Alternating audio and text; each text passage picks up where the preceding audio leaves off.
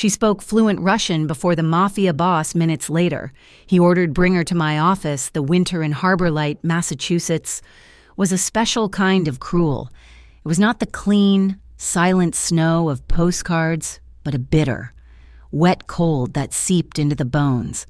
Sleet ticked against the reinforced windows of the Crown Tide Private Club, a sound drowned out by the manufactured warmth and low thrum of conversation inside. The club sat perched on the old wharf, a fortress of reclaimed brick and smoked glass accessible only to the kind of wealth that did not advertise itself. Tonight, it was Eastern European wealth. Import-export businessmen with steel watches and silent bodyguards, men who preferred their vodka chilled and their privacy absolute. Maya Ellison felt the chill despite the heavy wool blazer of her uniform. She was running on 5 hours of sleep and the dregs of lukewarm coffee. Her feet ached inside her sensible black shoes. This was supposed to be her night off. But her stepmother's latest hospital bill was sitting on her cramped kitchen counter, highlighted in aggressive pink, and her landlord had made it clear that Monday was the absolute deadline for the rent. So, she had taken the extra shift, a double covering for a girl who had wisely called in sick, a bachelor's degree in linguistics, specializing in Russian and Eastern European studies, had qualified her for precisely this serving exorbitantly priced alcohol to men who likely owned the very shipping lanes she had written her thesis on. Ellison Mark, the floor manager, hissed, his face pinched with stress. He grabbed her by the elbow, pulling her away from the main bar. "Forget Station 4. I need you upstairs. Second floor, private dining. Now." He propelled her toward the sound-buffered elevator. "Listen to me," he said, jabbing a finger close to her face. "These are not the usual tech billionaires. These are extremely important guests from the Baltic. You keep your head down, you pour, and you speak English only. Do you understand me? Don't try to be clever, don't try to show off. Just English." "I understand," Maya said, her voice tight. The desperation for a good tip, a cash tip that could go straight into the rent envelope, overrode her annoyance. "Good, they're agitated. Just get them this." He shoved a heavy silver tray at her, laden with a crystal decanter and 6 small glasses. "And get out!" The elevator doors opened onto a silent, carpeted hallway. Only one set of doors at the end was occupied. 2 guards, built like refrigerators and wearing identical dark suits, stood flanking the entrance. They didn't look at her, but she felt their eyes scan every inch of her as she approached. One of them opened the door just wide enough for her to slip through. The room was thick with smoke and the sharp, angry cadence of the Russian language. The frosted glass door had muffled it. But in here, the argument was peaking. "The entire shipment through the North Atlantic route," a harsh voice snapped. "It doesn't matter," another voice cut back. Deeper, calmer, but laced with iron. "An informant sold us out. The Bureau of Transnational Integrity has the manifest. The Americans will blow everything open before it even reaches the dock." Maya froze for a microsecond. The language was fluent, rapid. But more than that, the topic, the BTI shipping routes, set her nerves on edge. These were not casual complaints. She forced her feet to move, approaching the massive mahogany table. The men, about 8 of them, all looked up, their faces hard. The argument had stopped mid-sentence. The silence was heavy, hostile. They were waiting. She was just the help, an interruption. She began to pour the vodka, her hands steady despite the sudden tension in her shoulders. The man at the head of the table watched her. He was different from the others. He wore no visible gold, just a dark, impeccably tailored suit that seemed to absorb the light in the room. His hair was dark, his features stark, and his eyes were a shade of gray-blue, so pale they seemed almost silver, and utterly cold. He held his posture with the innate, relaxed authority of a man who had never had to raise his voice to be obeyed. The man who had been shouting slammed his hand on the table, making the glasses jump. "We move it tonight. We divert to the backup channel. I don't care what the Americans—" He trailed off, glaring at Maya. She felt the weight of their collective impatience. They wanted her gone, in an instinctive, stupid attempt to smooth the friction, to be a good hostess and perhaps secure that tip. She murmured the words without thinking. Proszę prощenia, she said softly. I beg your pardon, it was not just that she spoke. It was how she spoke. The pronunciation was flawless. The soft palatals, the precise vowel reduction, it was not the clumsy attempt of a student. It was the clean, educated accent of St. Petersburg. Every man at the table went still. The air vacuumed out of the room. The man who had been shouting stared at her, his mouth slightly open. Even the bodyguards by the wall seemed to tense. All of them, every single one, turned their gaze to the man at the head of the table. Konstantin Rurik did not move. He simply lifted his cold, gray-blue eyes and pinned Maya to the spot. The silence stretched, becoming agonizing. When he finally spoke, his voice was quiet. The English, perfect, carrying a faint, unplaceable accent. Where did you study? Maya's blood ran cold. She realized what she had done. Mark's warning, don't be clever, screamed in her head. I went to college in Providence, sir. Are you American-born? He asked. His gaze was not just looking at her. It was assessing her, cataloging her. Yes, my grandmother... Why? He interrupted, his voice still level. Is your pronunciation so clean? He was not asking a casual question. He was dissecting her. As he spoke, he made a small, fluid gesture with his left hand, a simple flick of his fingers toward the door. One of his bodyguards immediately moved, and Maya heard the heavy, definitive click of the lock. She was sealed in. The muted sounds of the club, the distant music, the life outside this room, it was all gone. It was just her and these men and the smell of expensive vodka and danger. Konstantin Rurik watched her for another 3 seconds. It felt like an hour. He saw the flicker of panic in her eyes, the way her knuckles had gone white on the silver tray. He had seen that look before, but never on a waitress. He looked away from her, toward the guard who had locked the door. His voice was flat, devoid of any emotion, a simple executive command. Bring her to my office overlooking the bay. The order settled over the room. The other men understood immediately. This was no longer about service. This was security. This was an interrogation. And Maya Ellison, who had just been worried about Monday's rent, understood that her life had just fractured in two. The heavy door of the private dining room clicked open. The guard, the one who had locked it, gestured with his chin. This way. Maya still held the silver tray. Her hands were numb, the crystal glasses rattling faintly. She was walked, not dragged, down the silent, opulent hallway. The guard's hand rested lightly on her lower back, a gesture that was not violent but promised absolute compliance. Her mind raced, trying to find purchase. The BTI North Atlantic routes, she had just served drinks. She had just tried to earn her rent. They did not take the elevator. The guard guided her up a private glass staircase to a floor she hadn't known existed. It was silent up here. The floors dark wood, the air smelling faintly of leather and the cold sea. He stopped her outside a set of double doors carved from wood so dark it looked black. He knocked once, then opened the door and nudged her inside. The room was a temporary office, but it had the permanence of established power. One entire wall was pure glass, offering a staggering, uninterrupted view of Harbor Light Bay. The sleet lashed against the window, but the room was perfectly silent. The furniture was minimal, expensive and dark. Antique Russian paintings of naval battles hung on the walls. There was no corporate branding, no sign of a legitimate business, save for a small, discreet brass plaque on the desk that read Baltic Meridian Group. Konstantin Rurik was already there, standing by the glass, looking down at the dark, churning water of the port. He had removed his suit jacket. He wore a crisp white shirt and dark trousers, his posture relaxed but radiating a coiled energy. He turned as the door clicked shut, the guard remaining outside. "The meeting you interrupted, Miss Ellison," he began, his voice calm, "was discussing matters that require absolute discretion. And you," he walked slowly toward the desk, "did not just apologize. You demonstrated an understanding of Russian at a level reserved for negotiation, not hospitality." He sat, not in the large executive chair, but on the edge of his desk, bringing him closer to her level.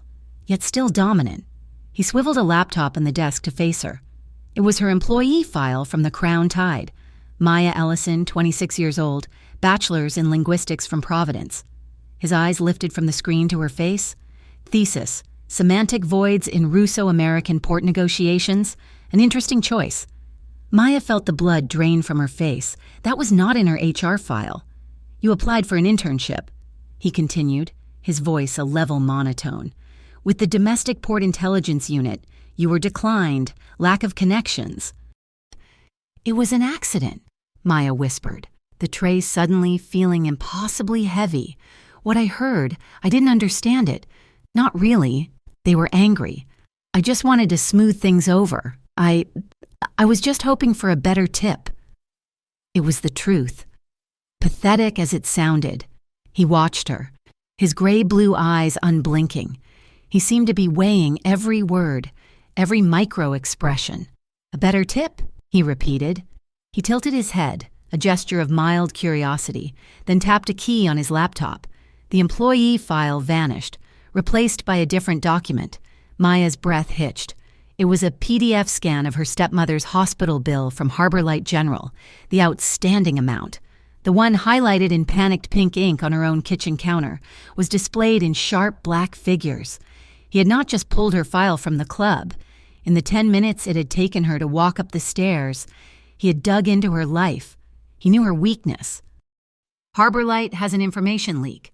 Miss Ellison, he said, his voice dropping, becoming colder. Someone is feeding manifests and shipping schedules to the outside. Now, you appear. A linguistics expert with perfect Russian, an interest in port negotiations, and a rejected application to a federal intelligence unit. And he glanced at the bill on the screen. You are in significant debt. He leaned forward slightly. The movement was predatory. Has the BTI or the DPIU had any contact with you recently? The question hung in the silent room. It was not an accusation. It was a final test. The unspoken threat was absolute. If she was a plant, if she lied, she would not walk out of this room. She would simply vanish from the Harbor Light docks. Fear gave way to a spike of desperate, clarifying anger. Contact me. Her voice was stronger now, sharp with the injustice of it. Look at me. She nodded toward her polyester uniform. The sensible shoes. If an agency like that had recruited me, if I had any connections, do you really think I would be working the night shift at the Crown and Tide for cash tips? She met his gaze. I'm here because I'm desperate, not because I'm a spy. If they'd hired me, I wouldn't need this job. A long silence followed. Constantine studied her, his expression unreadable. He seemed to be translating her logic. Checking it against the facts he possessed, he saw the genuine panic, the absence of guile, the raw truth of her desperation. It was a defense he believed, mostly, perhaps 70%. The tension in his shoulders eased, just barely. He pushed himself off the desk and walked to a polished samovar in the corner, its silver surface gleaming. Tea. He poured 2 glasses of steaming, dark liquid without waiting for her answer. An American, born and raised, who speaks flawless Petersburg Russian and is desperate for money, he mused, as if speaking to himself. You are either a very expensive liability or a very rare opportunity. He placed one of the glasses in her hand. Her fingers brushed his. His skin was warm. I have a preference for turning liabilities into assets. He took a sip from his own glass, watching her over the rim. I have an opening. Miss Ellison, a closed position. You would work as my personal secretary and interpreter.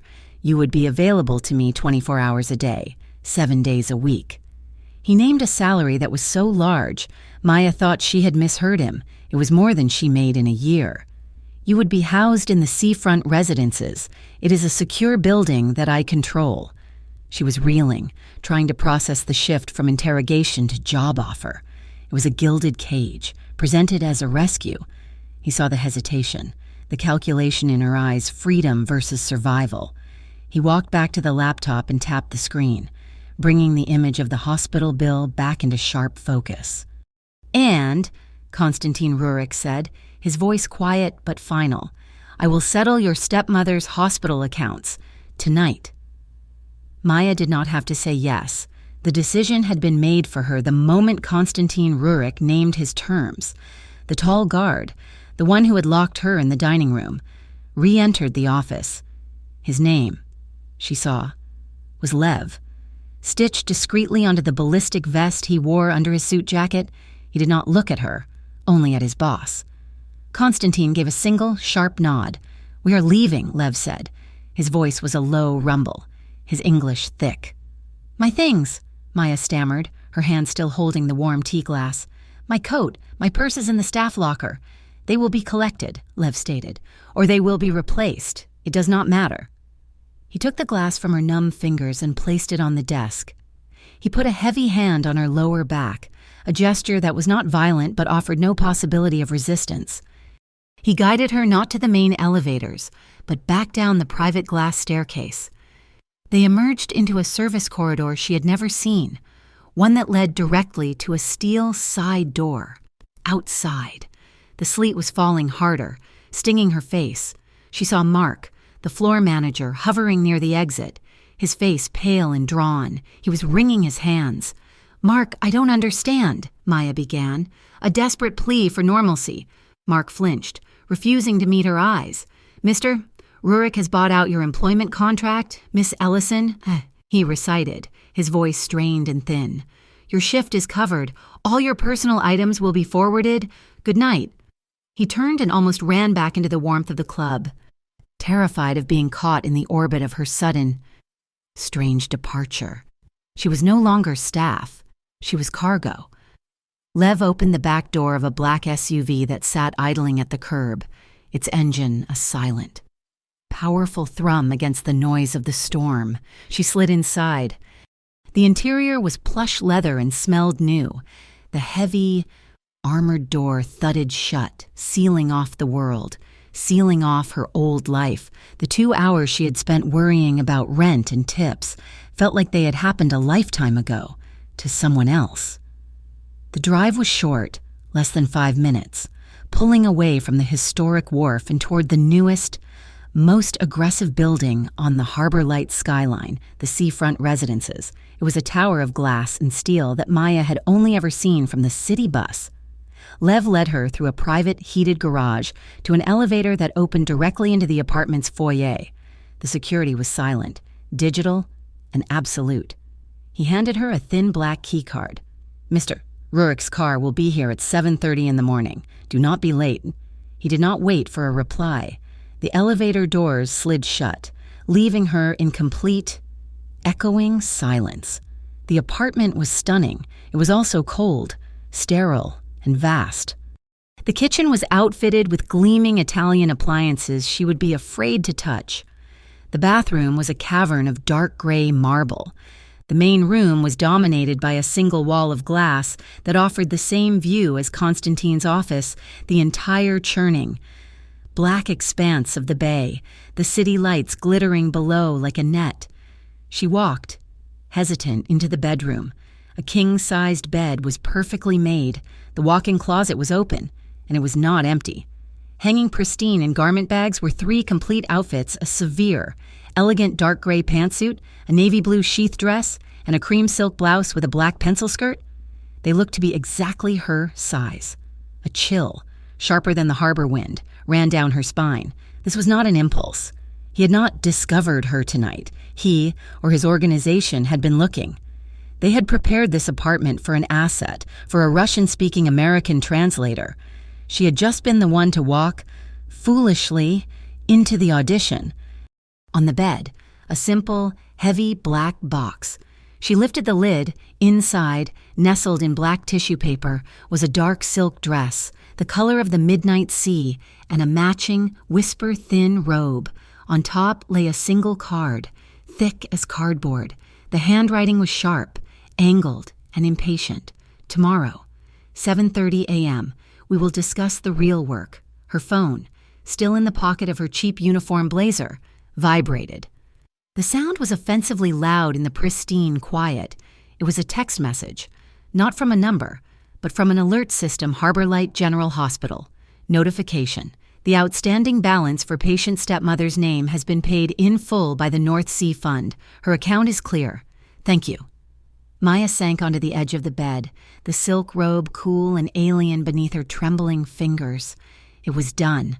The pink highlighted bill on her counter was now just a piece of paper. Her stepmother was safe. A wave of profound, suffocating gratitude washed over her, so strong it made her dizzy. It was followed immediately by a wave of icy, paralyzing dread. The transaction was complete. She had been bought and paid for in the span of 2 hours. Her fingers dialed the only number she knew by heart. Jada picked up on the third ring. "Maya, what's up? You sound weird. Did Mark give you trouble about the shift?" Jada's voice was warm, real, a relic from the life that had just been amputated. "Jada, I quit. I quit the club." "You what tonight?" "Just like that, did you get the rent?" "I got a new job," Maya said, the words feeling strange on her tongue. "It's corporate, a translation gig. They're paying a lot." "Jada, and they gave me a place to live. At the seafront." Silence. A long, dead silence on the other end of the line. "Maya," Jada said finally, her voice low and serious. "Who is they?" "My new boss. He's from the Baltic."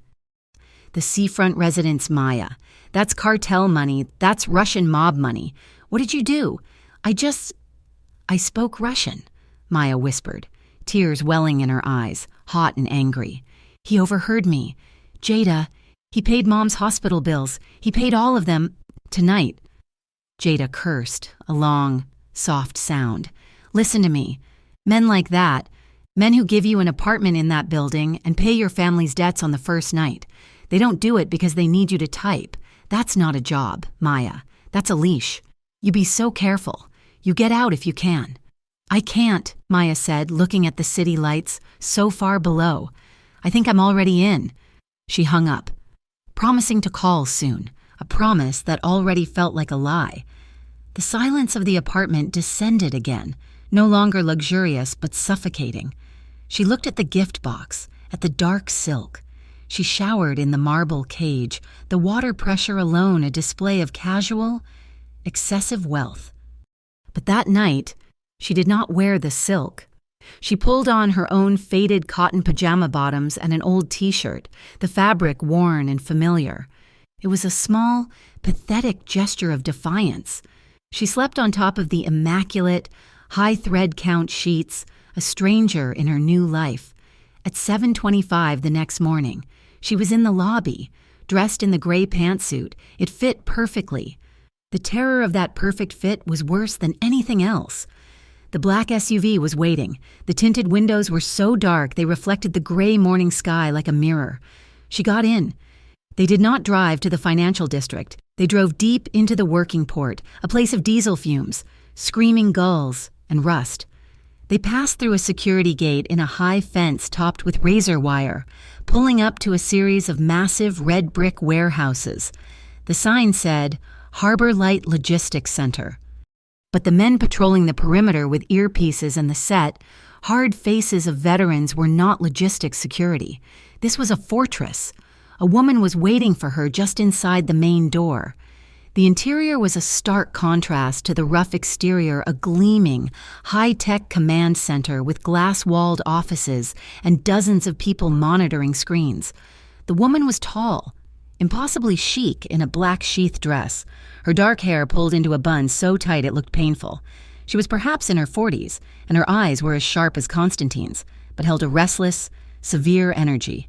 "You are Maya Ellison," the woman stated. Her English was precise, carrying a clipped Moscow accent. "Yes, and you are—" "I am Sarah Volkov. I am the dispatch director." Her smile was brief and held no warmth. "I handle Mr. Rurik's scheduling, his operations, and his assets. When he is unavailable, you will report to me." Sarah was the chief of staff, the gatekeeper. And, Maya understood instantly, the second set of eyes. Sarah led her to a small, glass-walled office. "Mr. Rurik has placed a great deal of faith in you, very quickly," Sarah said, her tone light, but her eyes hard. "He's not often impulsive. I will be watching, Miss Ellison, to see how loyal you are. We do not tolerate misunderstandings here." Sarah Volkov did not give Maya time to acclimate. There was no orientation, no human resources paperwork. Her office was a glass cube with a powerful computer, a secure phone, and a view of the logistics floor, where massive containers were being processed by men in hard hats. "This is your first test, Miss Ellison," Sarah said, placing a stack of paper binders on her desk. The binders were thick, at least 3 of them, and filled with dense Russian text. "These are the manifests and correspondence for our shipping routes from Arkhangelsk to Harbor Light, routed through Iceland, Mr. Rurik believes there are discrepancies. You are to review all of it and find any irregularities in the container code changes." Sarah's smile was thin. "He will know if you miss something. I will know." She left Maya alone in the glass box. The message was clear. This was not a job. It was a trial. Fail. And she was out. Or worse. Maya opened the first binder. The work was dry, technical, and exactly what her thesis had covered.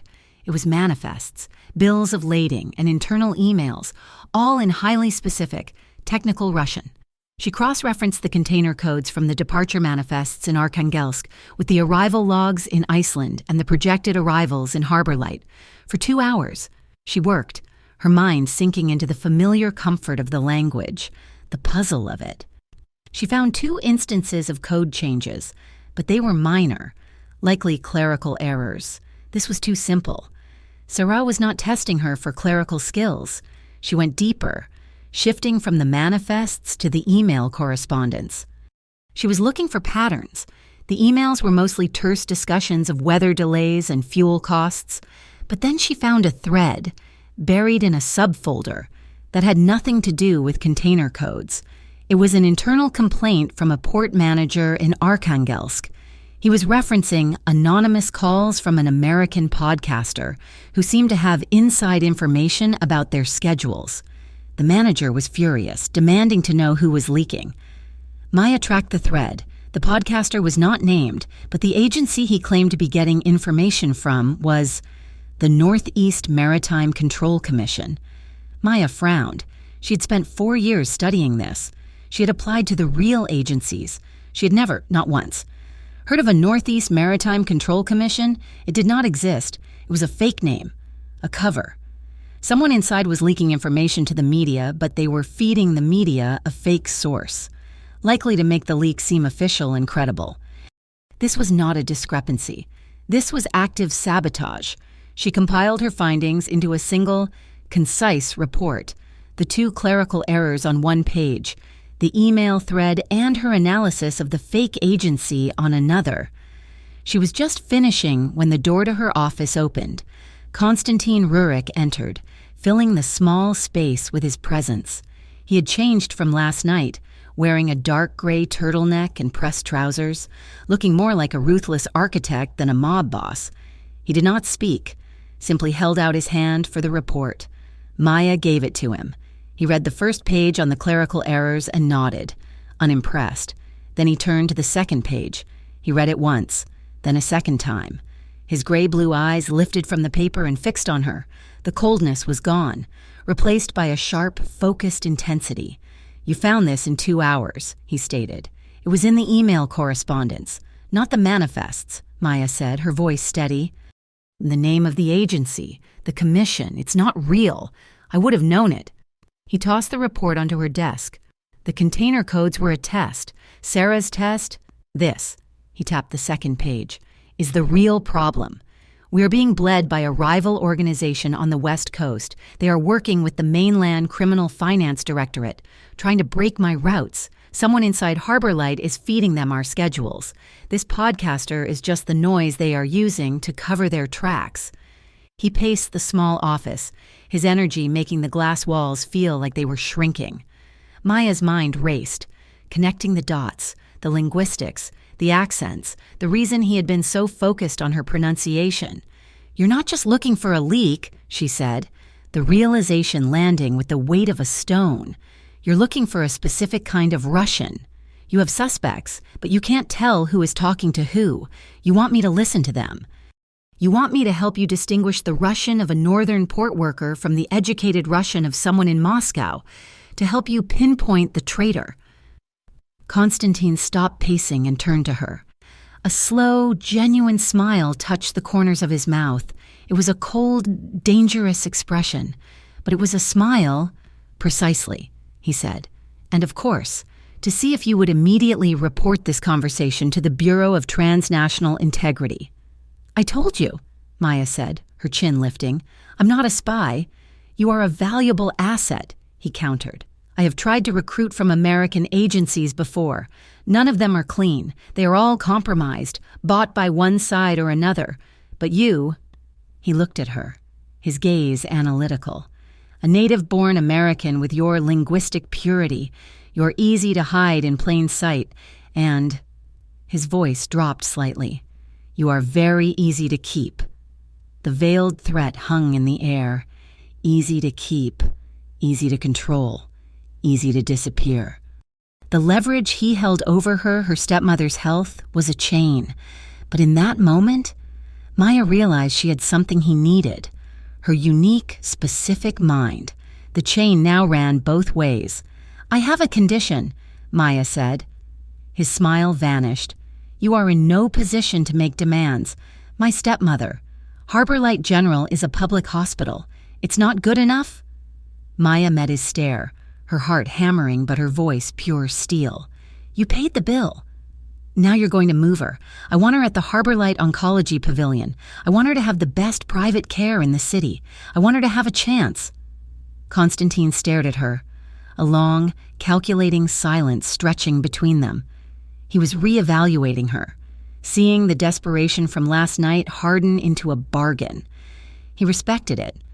He pulled a phone from his pocket, hit a single number, and began speaking in rapid, authoritative Russian. He did not ask. He commanded. He named the hospital, named her stepmother, and gave a series of orders. He listened for a moment, then snapped, Now.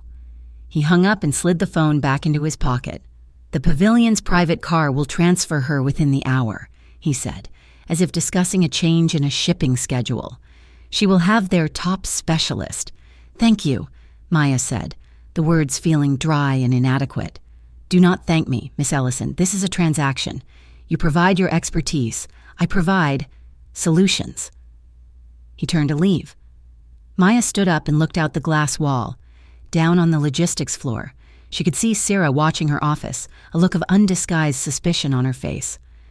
Later that afternoon, a black car with the discreet logo of the Harbor Light Oncology Pavilion pulled up to her stepmother's apartment, a world away from the port. Maya watched on her phone, via a secure link Constantine's IT department had sent her.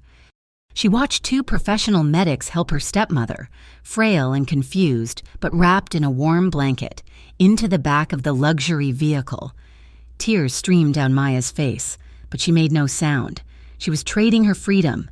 She was trading her morals, her safety, her entire former life. But her stepmother was going to live. She would make this bargain every single day. She wiped her eyes just as Constantine's shadow fell across her desk. She had not heard him approach. The transfer is complete, he said. He looked at her, noting the faint redness in her eyes, her rigid posture. Your first day is over, he said. The car will take you back to the seafront. It will pick you up at 8. 8, my start time is 7:30. Not for the office, Constantine said, his gaze lingering on her. There is a private dinner tonight. I need to know exactly who I am investing in. Maya. The elevator was not the one from the garage. This was a private car, accessed from a discreet panel in Constantine's own office, requiring his fingerprint. It ascended silently, moving past the main floors, up to the absolute roof of the headquarters building.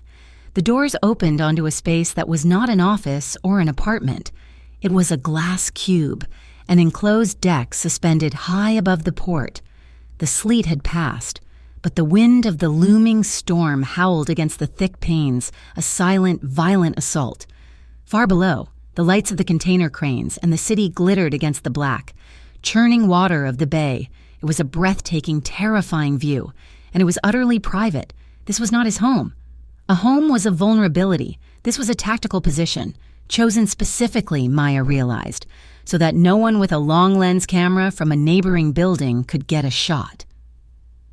A single table was set for two.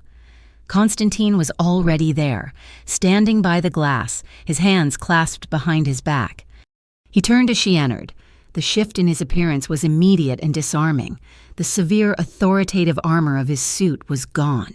He wore a dark, form-fitting cashmere turtleneck and dark gray trousers. The clothes were simple, yet impossibly expensive, and they revealed the lean, hard lines of his body, the coiled power in his shoulders. He was no longer the boss of the boardroom. He was the man, and that, Maya found, was infinitely more dangerous, a server. As silent and imposing as Lev, poured her a glass of water and set down a small plate of appetizers before vanishing back into the elevator. "Please sit," Constantine said, his voice softer in this intimate space. She sat, her back rigid. He took the seat opposite her. "The work you did today," he began, "was adequate. I just cross-referenced manifests and read emails," she replied, her voice steady. "No," he corrected. "You saw the busy work Sarah left for you, and then you bypassed it to find the actual threat. There is a significant difference." He leaned back, his gaze analytical, but the suspicion from the office had faded. "I have a question. The club, you're Russian. It was not just clean, it was specific." Maya paused, surprised by the personal nature of the question. "My grandmother. She was from Latvia.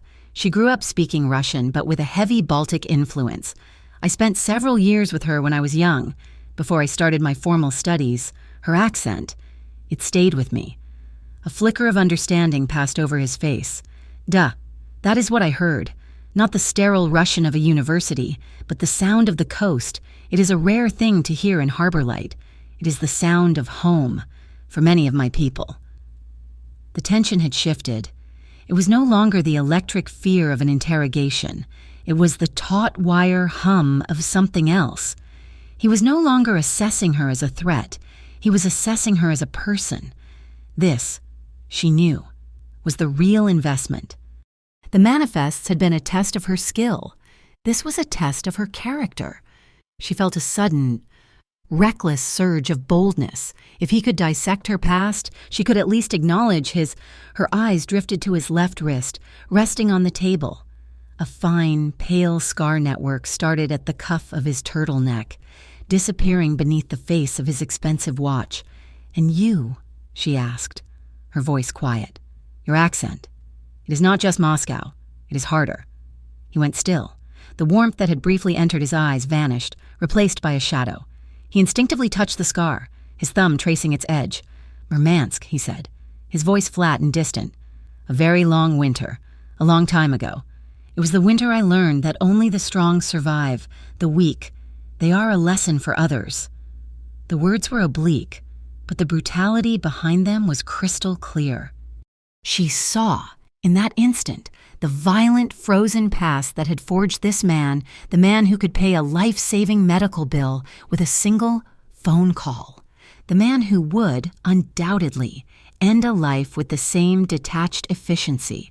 The power was not just in his wealth, it was in the abyss he had survived. The silent server reappeared to pour wine, a deep, dark red. As the server leaned between them, Constantine's right hand moved. He did not touch her.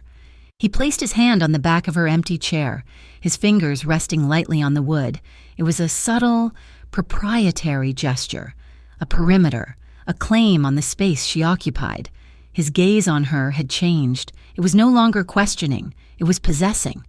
She felt the heat of his presence, a magnetic pull that terrified her. It was not just gratitude for her stepmother's safety, though that was a powerful anchor. It was the dizzying, terrifying sensation of being truly seen by a man who saw everything. A man this dangerous, this controlled, this broken. Jada's warning echoed in her head. That's not a job. Maya, that's a leash. She had to reinforce the boundary, if only for her own sanity. "Mr. Rurik," she said, her voice formal, "I'm deeply grateful for what you have done for my stepmother. I will work hard to repay that debt. I am your employee." He looked at her for a long moment. A slow smile touched the corner of his mouth, but it did not reach his eyes.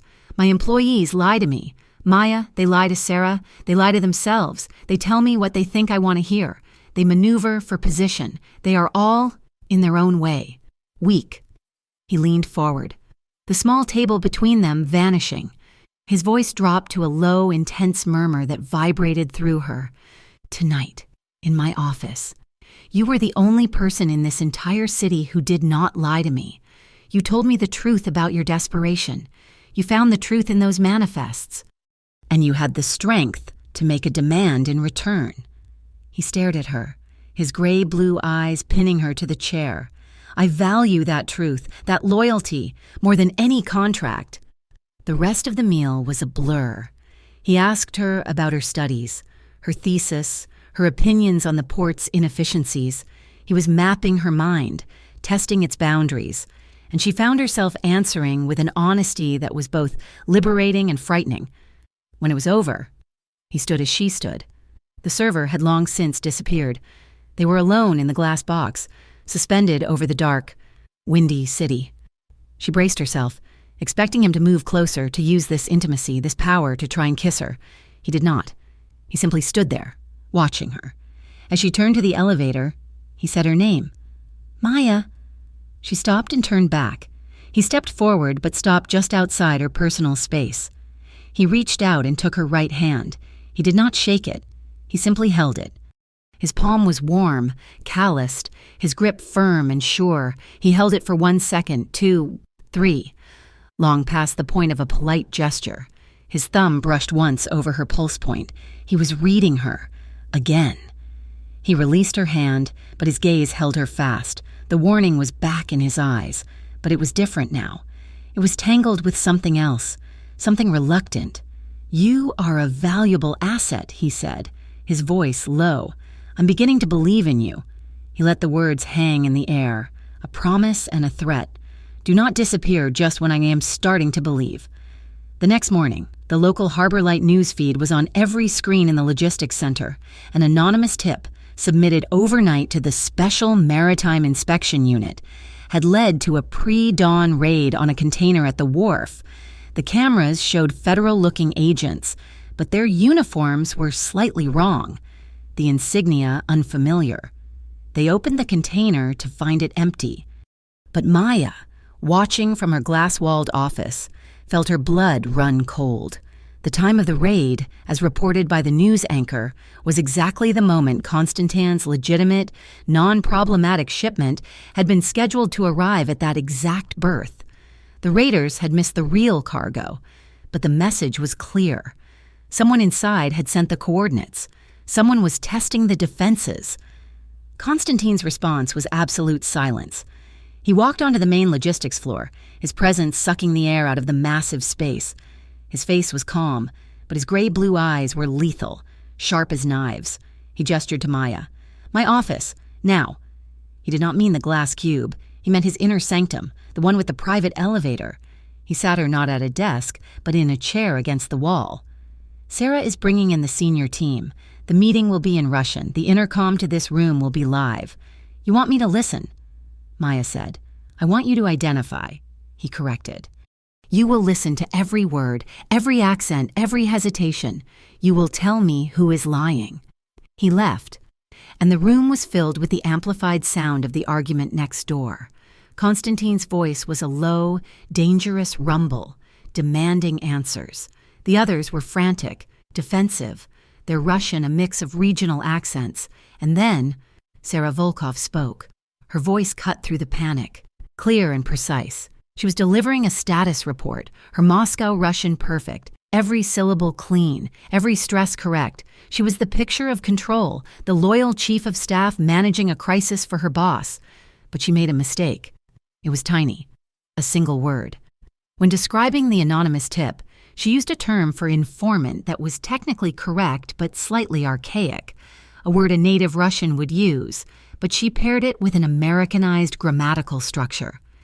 It was the specific, subtle error of someone who has lived in the United States for so long they have begun, unconsciously, to blend the two linguistic systems. A chill traced its way down Maya's spine. Sarah, who was always so precise, would never make that error. Not in front of Constantine, not unless. Maya realized the truth.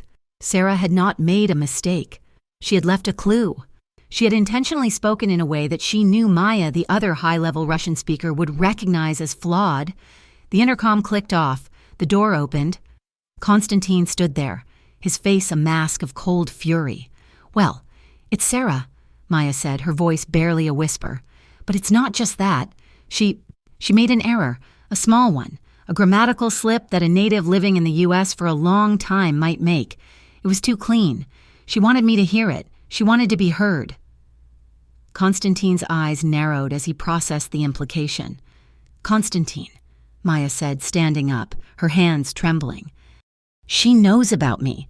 You and I are the only two people who know the specifics of my linguistic skill. This isn't just a leak. She's setting a trap. She's framing me for it. She's using me as the distraction." He stared at her, seeing the genuine terror in her eyes, and he knew, with chilling certainty, that she was right. That night, the storm that had been threatening finally broke over Harbor Light. The wind shrieked against the glass walls of her apartment, the sound of a living thing trying to get in. There was a hard, sharp knock on her door, not the polite buzz from the lobby, a direct knock. She looked through the peephole. It was Constantine. He was alone. No Lev, no bodyguards. She unfastened the deadbolt and opened the door. The wind from the hallway, pulled by the vacuum of the vast apartment, ripped into the room, sending papers flying off a table. It whipped her hair across her face, cold and damp with the smell of the angry sea. Constantine stood there, his black suit jacket soaked, his hair plastered to his forehead. He looked at her, his face a mask of cold, controlled rage. He stepped inside, pushing against the wind, and kicked the heavy door shut with his heel. The thud was definitive, sealing them in. He did not stop. He advanced on her, crowding her, backing her up against the foyer wall. He was so close she could feel the icy dampness radiating from his clothes, see the flecks of gray in his blue eyes. He planted his hands on the wall on either side of her head, caging her in. He was checking her, his gaze sweeping her face, looking for a reaction. He was trying to see if she was trembling from the cold, from the day's events, or from him. "They will come for you," he said, his voice a low, rough growl, barely audible over the screaming wind. "Sarah has made her move. She will point them here. If you want to live, you do not leave my side." The fear was a living thing in her throat, choking her. But as she looked at him, so close, so dangerous, she realized the trembling in her limbs was not just terror. It was him. It was the pent-up energy from the night before, the hand on her chair, the long look, the possessive grip on her hand. It was the terrifying, undeniable pull she felt toward this man. "I'm scared," she whispered, her voice ragged, her breath fogging in the small space between them. "They will not touch you," he stated, a vow. "No," she breathed, her eyes locked on his. "You don't understand. I'm not scared of them. I'm scared. I'm scared that I'm starting to like you." The confession hung in the air, raw and irrevocable. The fury in his eyes faltered, replaced by a dark, sudden blaze. His right hand moved from the wall. He did not grab her. He placed his palm against her cheek, his fingers lacing into her hair. His skin was cold from the rain, but his touch was electric. His thumb stroked. Once, along the sharp line of her jaw. His gaze dropped from her eyes to her mouth.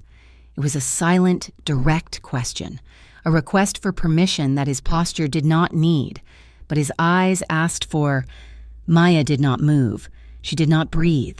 She gave her answer by simply existing in that moment, by not pulling away. He leaned in slowly, giving her every chance to retreat, and then his lips met hers.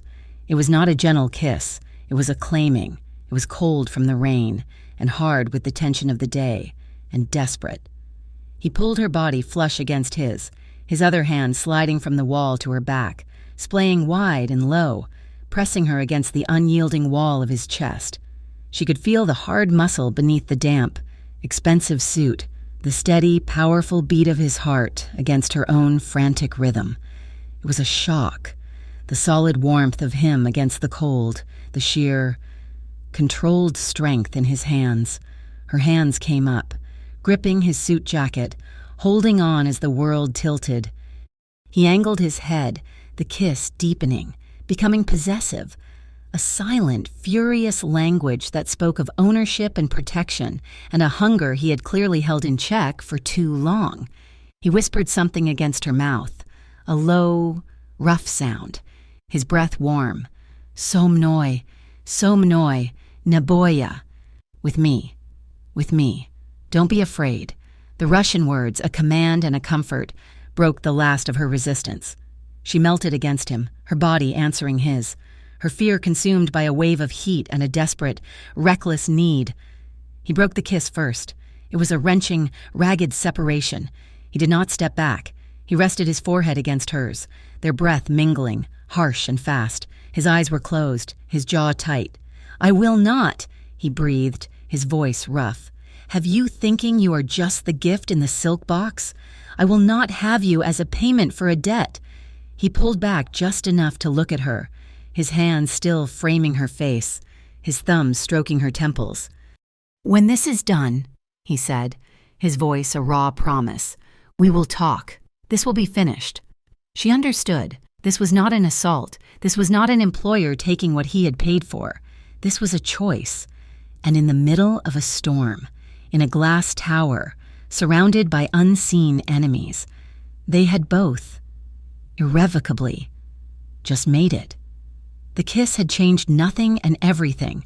The storm outside had passed, but the one inside the walls of the logistics center was just gathering force.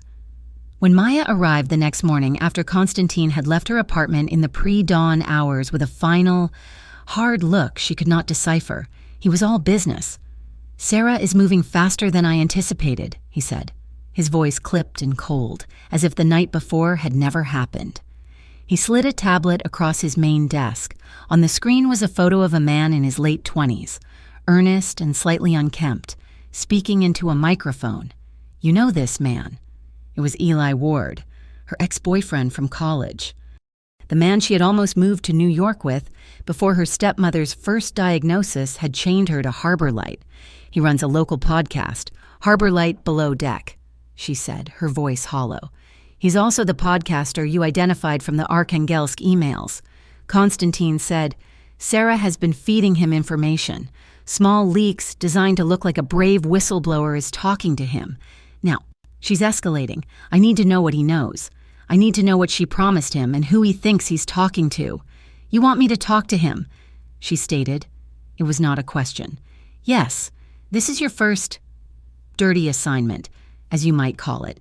He trusts you, or at least he will meet with you, find out everything, his sources, his contacts, what he plans to do next. And if I say no, your stepmother's new treatment protocol is excellent," Constantine replied, his eyes flat and cold. "It would be a shame to interrupt it. The car is waiting." The bar was called the Rusted Anchor, a cavernous, cold warehouse on the bad side of the port, smelling of stale beer and low tide. Eli was already there, hunched over a beer at a scarred wooden table in the back. He looked up as she approached, his expression a mixture of resentment and curiosity. "Maya," he said, not bothering to stand. "Wow, you clean up. That suit costs more than my last 3 months' rent. Heard you got a new job. Guess it pays better than the Crown and Tide." "Eli, thanks for coming," she said, sliding into the booth. "I almost didn't," he said, taking a long drink. "After you ghosted me for, what was it, taking care of your mom. And now you're working for the very people I'm investigating. It's a bad look, Maya." "It's complicated, Eli. It's always complicated with you." He shot back. He sighed, the anger draining out of him, replaced by the familiar, frantic energy of his journalist persona. "Look, I'm glad you called. You need to be careful. You're in deep, way deeper than you know." "What do you mean?" He leaned in, his voice dropping to a conspiratorial whisper. "My source. The one inside the port giving me the manifests. He just died. They found him in the water off Pier 4 this morning. Cops are calling it a suspicious drowning, which is cop speak for murder." Maya's blood ran cold. She understood instantly. This was Sarah's move. It was brilliant and brutal. Sarah had killed the low-level source she had been using, knowing Eli would immediately assume his new target. Konstantin Rurik was the killer. Sarah was not just leaking information, she was directing a narrative, painting Konstantin as a murderer to light a fire under Eli and the media. Eli, "You don't know who did that," Maya said, trying to keep her voice even. "Oh, come on. Maya, I'm sniffing around the new Russian shadow owner of the port, and my source gets drowned. You're smart. Connect the dots." He looked at her, his eyes narrowed with sudden, dawning suspicion. "Or are you here to warn me off? Is that it? Did he send you? He doesn't know I'm here." "Like this." She lied, navigating the razor's edge. "I'm his translator, Eli. I see paperwork. I hear things. And I'm scared. I'm scared for you." "What things?" he pressed. "Is it true?" "The whispers I'm hearing is your guy, this Rurik. Is he involved in human trafficking? Because that's the next story. Maya, that's what my source was about to give me." The question hit her like a physical blow. She had to walk the tightrope. If she said yes, Eli would go straight to the real FBI, and an inferno would erupt that she and Konstantin could not control. If she said no too convincingly, he might suspect she was a pawn and dig in harder, or worse, mention her name to one of his contacts.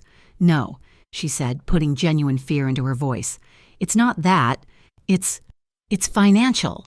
Sanctions, rival companies. It's ugly, and it's dangerous, but it's not that.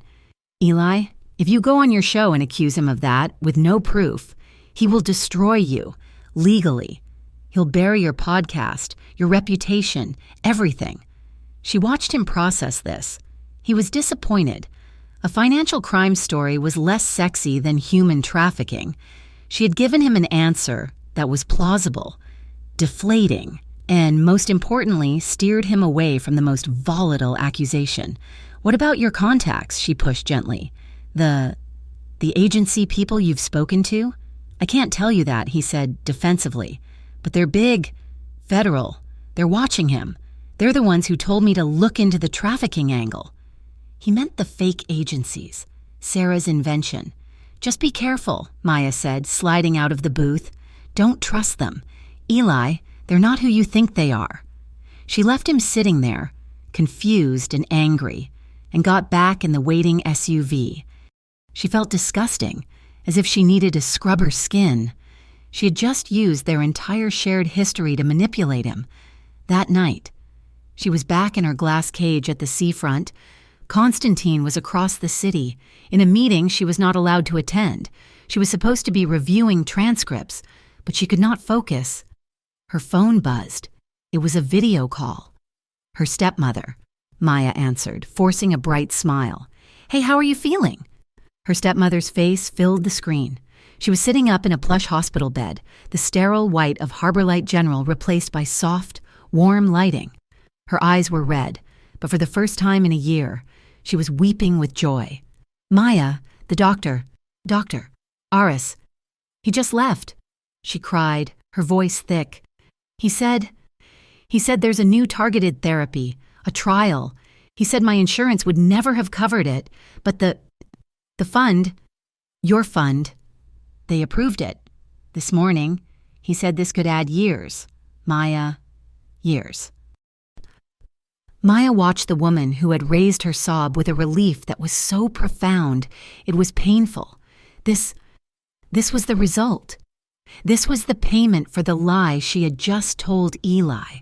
This was the physical, tangible, life-saving proof of her bargain. The guilt from the bar did not vanish, but it was eclipsed by a fierce, protective certainty. She had made the right choice. She would make it again. The door to the apartment opened. She hadn't even heard the elevator. Sarah Volkov stood in the foyer, dressed in a sharp black coat, a thin, cold smile on her face. Maya quickly ended the call. "Such a touching reunion," Sarah said, her Moscow accent clipping the words. "Your boss is very generous with his assets." "What are you doing here?" Sarah, Maya asked, standing. Sarah strolled into the living room, trailing her fingers over the back of the sofa. "I just wanted to see how you were settling in, and to see how your Reunion. Went today. With your old friend, the podcaster. Maya's heart hammered. I don't know what you're talking about. Oh, please. Maya, we are both professionals. Mr. Rurik has eyes on you. I have eyes on Mr. Rurik. Sarah's smile widened. You did good work. Confusing the local press is always smart. I'm sure your friends at the Coastal Economic Crime Investigation Bureau would be very interested in your talent for misdirection. Another fake agency. Sarah was letting her know. I see you. I know what you're doing, and I can point the finger at you whenever I want. The moment Sarah left, Maya called Constantine. He picked up on the first ring. She relayed every single word of both conversations, the drowned source, Eli's trafficking question, and, most importantly, Sarah's visit, her words, and the name of the new fake agency. There was a long silence on Constantine's end. When he finally spoke, his voice was dangerously quiet, the sound of a predator that has finally, definitively identified its prey. She's not selling us to the Americans here, he said, a note of cold revelation in his voice. She's not that stupid, the BTI, the CSIB. It's all a diversion. She's using these non-existent agencies as a smokescreen to hide who she's really selling the data to. Who? Maya whispered. A rival organization, Constantine said. The Volkova Shoreline Syndicate in New Jersey. She's not just a traitor, Maya. She's trying to start a war, and she's using you as the trigger. Ship Repair Warehouse 4 was at the dead end of the port, a cavernous tomb of rusted iron and shadows. The wind howled off the water, rattling the corrugated metal walls. It was the perfect place for a betrayal. Maya was positioned in a dark, cold foreman's office, a glass window overlooking the main floor, which was lit by a single, weak sodium lamp. She wore a simple black earpiece, the receiver live, piping in the sound from the floor below. Her job was simple: listen, identify, and do not move. Constantine was somewhere in the shadows to her left. With Lev, she could not see him, but she felt his presence. A knot of coiled tension in the darkness. Footsteps echoed on the concrete. Sarah Volkov.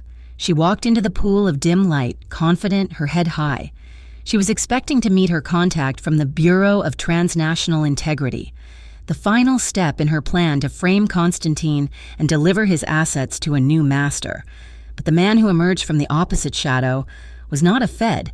He was short, built like a fire hydrant, and wore an expensive leather jacket that screamed New York money. Not federal austerity. He was Russian, but his energy was all East Coast syndicate. You're late, Sarah snapped in Russian, her voice sharp. I'm here, aren't I? The man replied. His Russian was fluent, but the rhythm was wrong. It was the Russian of Brighton Beach, flattened by a New York accent. This was not a government agent. This was a gangster. Did you bring the payment? Sarah asked. Did you bring the schedules? He countered. They made the exchange, a data drive for a briefcase. The man opened the drive on a laptop. This is everything, the routes for the next 6 weeks. Sarah smiled, a thin, triumphant expression. It will put Volkova in control of the entire eastern seaboard. Tell Misha Izberigov the deal is done. Maya's blood turned to ice.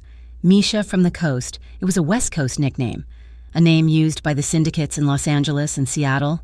She pressed the transmit button on her radio, her voice a solid, cold whisper. Constantine, it's confirmed. That's Volkova's man. He sounds like New York, but she just used a West Coast call sign. Misha Izberigov. She's the bridge. She's connecting both coasts against you. A beat of silence. Then the main bay doors groaned, and a bank of industrial floodlights slammed on, drowning the warehouse floor in blinding white. Sarah and the New York man froze, hands raised against the glare. Constantine stepped out of the shadows, flanked by Lev. He was not rushing. He looked calm, as if he were walking into a boardroom. He ignored the Volkova man, who was already being quietly and efficiently disarmed by 2 other guards Maya had not even seen. Constantine's entire focus was on Sarah. He stopped 10 feet from her. The wind whipped his coat, but he stood like a statue. His face was pale, his eyes devoid of all emotion. How long? Sarah. His voice was quiet, yet it cut through the howl of the wind. Sarah did not flinch. She did not lie. She did not beg. She stared back at him, her face twisting into a mask of pure, cold defiance. The mask of the loyal chief of staff fell away, revealing the rot beneath. "Since you brought her in," she spat, gesturing contemptuously toward the dark office where Maya hid. "Since you stopped thinking. You were strong. You were ruthless. You were Murmansk. And then you looked at an American girl, a linguist, and you became weak." She took a step toward him, her voice rising with a zealot's fury. "You made an emotional choice. You put your faith in her instead of the organization. I do not trust your choices. I do not trust a leader who is led by his feelings." Konstantin listened, his expression unchanged. He had heard her confession. Judgment was passed. He did not raise his voice. He did not gesture. He simply looked past her, at Lev. "Lev," he said, his voice flat. "Take her. Through the cold storage. She can wait for the next transport back to Europe." The order was sterile, clean, and utterly final. There was no torture, no theatrical violence. It was a logistics problem being solved. Cold storage and transport to Europe were just words. They meant she would cease to exist. Sarah's defiant expression finally cracked. She lunged, not at Konstantin, but in Maya's direction. A wordless scream of hatred. Lev caught her arm in a grip of iron, stopping her instantly. He began to march her out, her feet dragging for a moment before she regained her composure, her back straight even in her final exit. The aftermath was silent. The Volkova man was gone. The lights were off. It was just the drive back to the seafront residences, the city lights blurring past the tinted windows. Maya was shaking. The chill from the warehouse had settled deep in her bones. Sarah's words echoed in her head. "Since you brought her in." It was her fault. Her presence had been the catalyst. Her existence had fractured his organization, had forced this betrayal, had just signed a woman's death warrant. The weight of it, the cold reality of the world she was in, threatened to crush her. Konstantin's hand on her arm in the elevator was the only thing keeping her upright. He walked her to the door of her apartment. 2 guards were stationed in the hallway. He dismissed them with a single, sharp gesture. He followed her inside, closing the door. He did not turn on the main lights, leaving the apartment lit only by the vast, glittering expanse of the city below. He turned to her. He saw her pale face, her trembling hands. He knew exactly what she was thinking. He stepped forward, taking her by the shoulders. His grip was firm, grounding. "Look at me, Maya." She lifted her gaze, her eyes blurred with unshed tears of guilt and shock. "She made her choice long ago," he said, his voice low and absolute. "The weakness was hers, not mine. I chose you before she betrayed me. Her ambition was the problem, not your presence. Do not put this on yourself. Do you understand?" She nodded.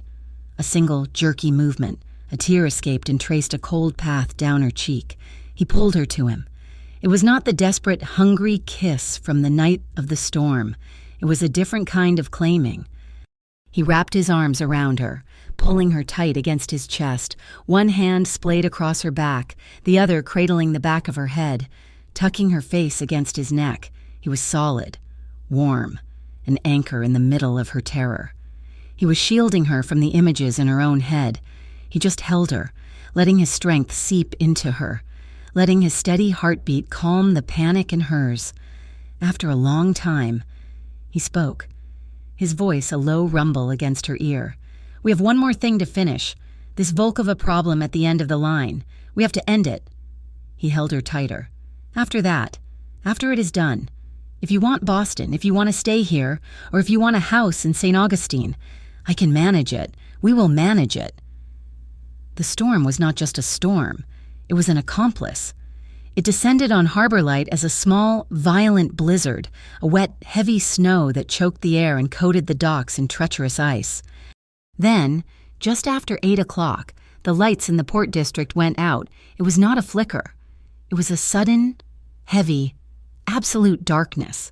This was the night, the most important shipment of the month. It was not contraband, not weapons. It was leverage, hard drives, encrypted ledgers, and proof of payment evidence that the Volkova syndicate, not Konstantin, was the organization behind the human trafficking ring Eli had been investigating. It was the package Konstantin needed to dismantle his rival and clear his own name. Sarah had known the schedule. Therefore, Volkova knew the schedule. The blackout was tactical. The storm was cover. It was the perfect night for an assassination on the pier. Konstantin had been clear. After Sarah's betrayal, trust was a ruined currency. He was going himself. He trusted Lev to watch his back, and he trusted Maya to be his ears. She was not in the warehouse. She was in the armored, idling SUV, parked in the deep shadow of a loading crane. The vehicle was a steel cocoon, but it felt terrifyingly thin. She wore a high-tech headset, the receiver feeding her the comms chatter from the Volkova team. They were out there, in the dark, moving. The first sounds were not gunfire. They were the groan of metal and the sharp snap of cut cables. Then, the shouting. In Russian, "They are moving it, block the east gate," a voice barked. Maya's fingers flew on a secure laptop, translating. "Konstantin, they're on the east gate," she whispered into her own microphone, her voice steady. He and Lev were outside, shadows in the swirling snow. But the chatter was messy. She heard the clean, hard vowels of St. Petersburg, but they were mixed with a rougher, faster dialect, southern, near the Black Sea. "They have new allies," she reported, her heart hammering against her ribs. "They are not just Volkova's men. I hear at least 2 different accents." The world outside the reinforced windows erupted.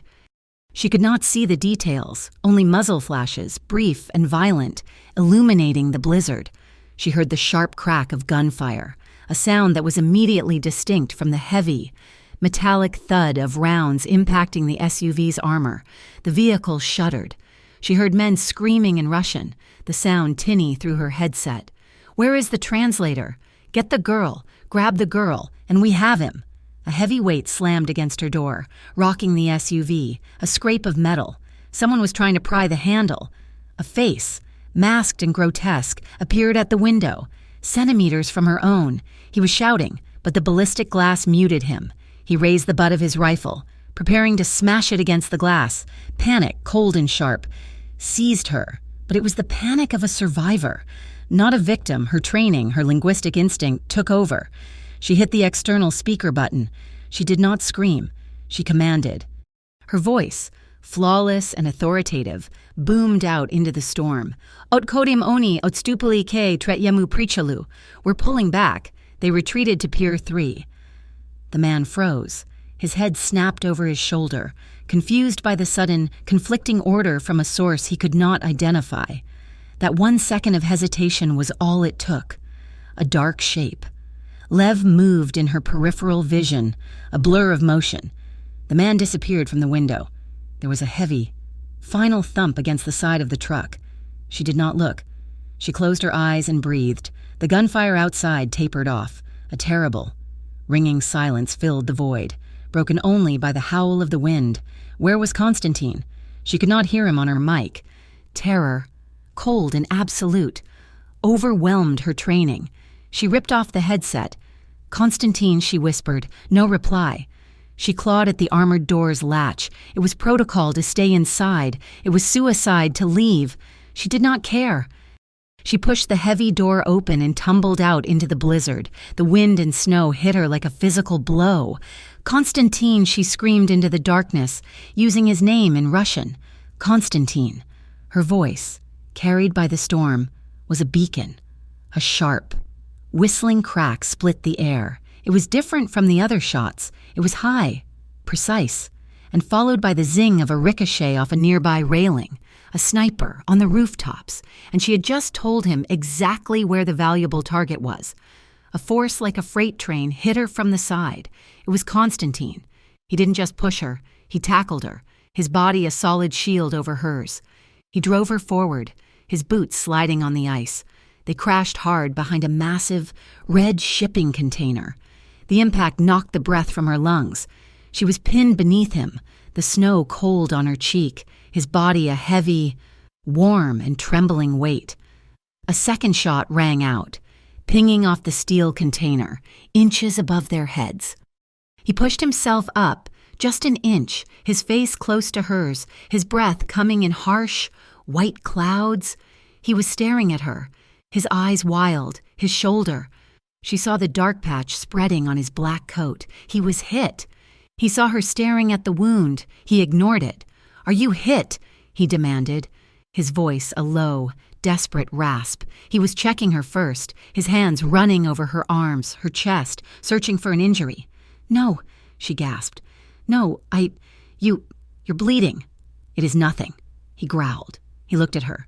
The adrenaline, the cold, the proximity, all coalescing into a single, unbearable point of tension. "If we live through tonight," he said, his voice ragged, "this thing between us, it is not pending. It is not a discussion for later." He dropped his forehead against hers, the snow swirling around them.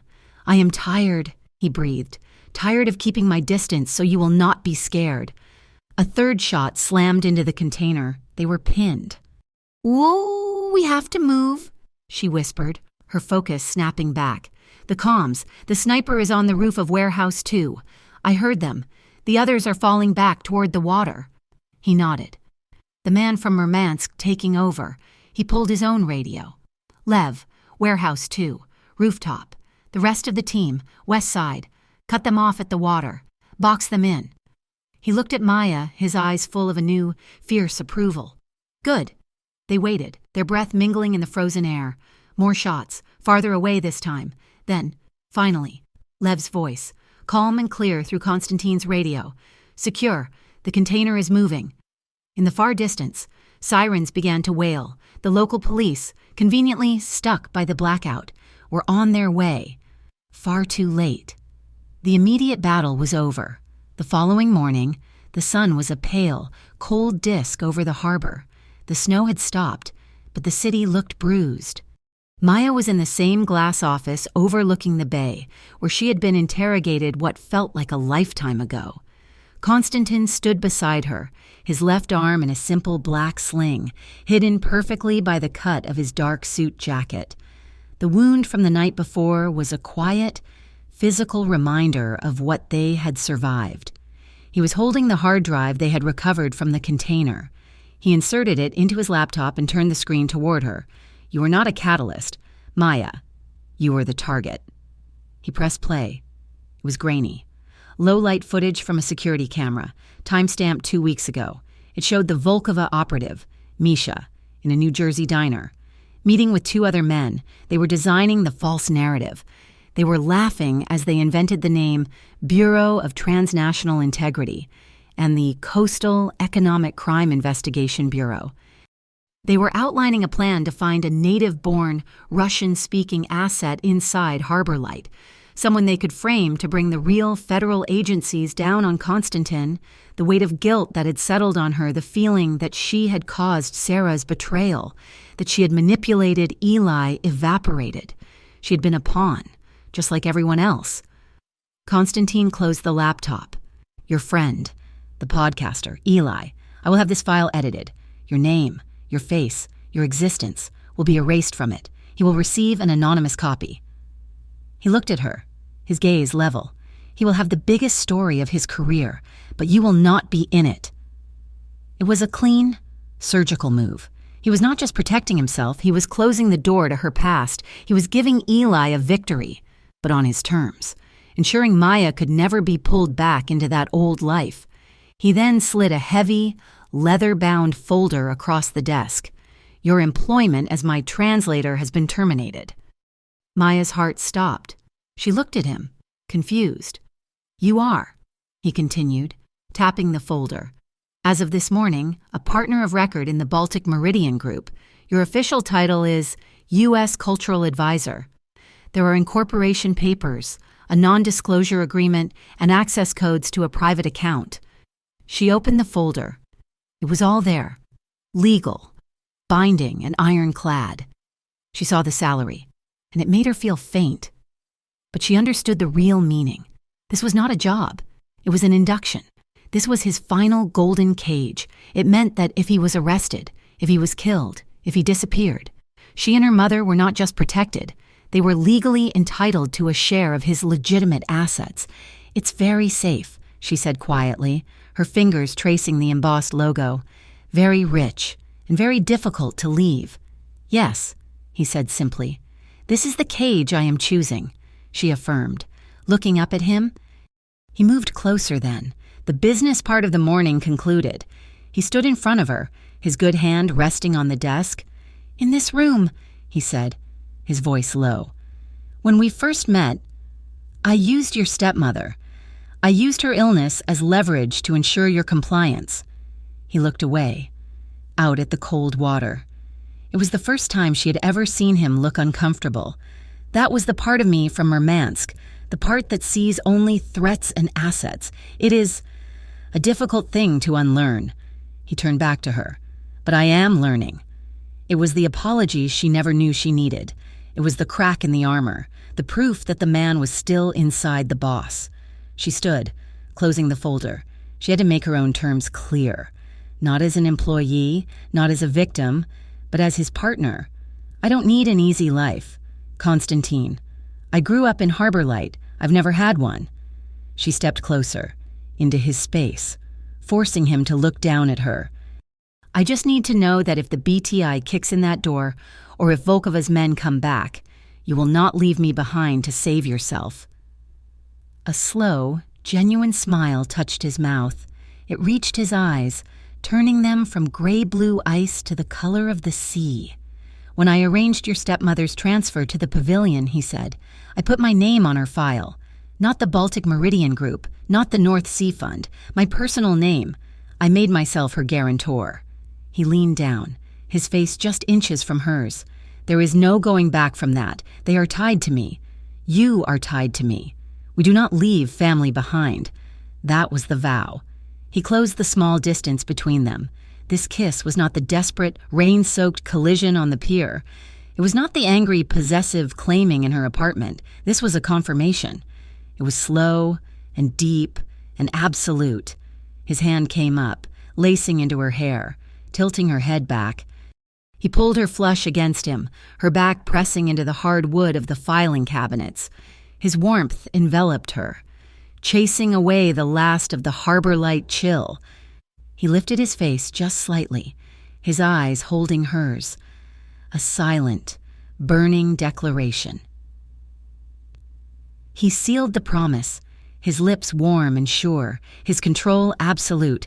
When they finally broke apart, she stayed resting against him, her head on his chest. They looked out the window together.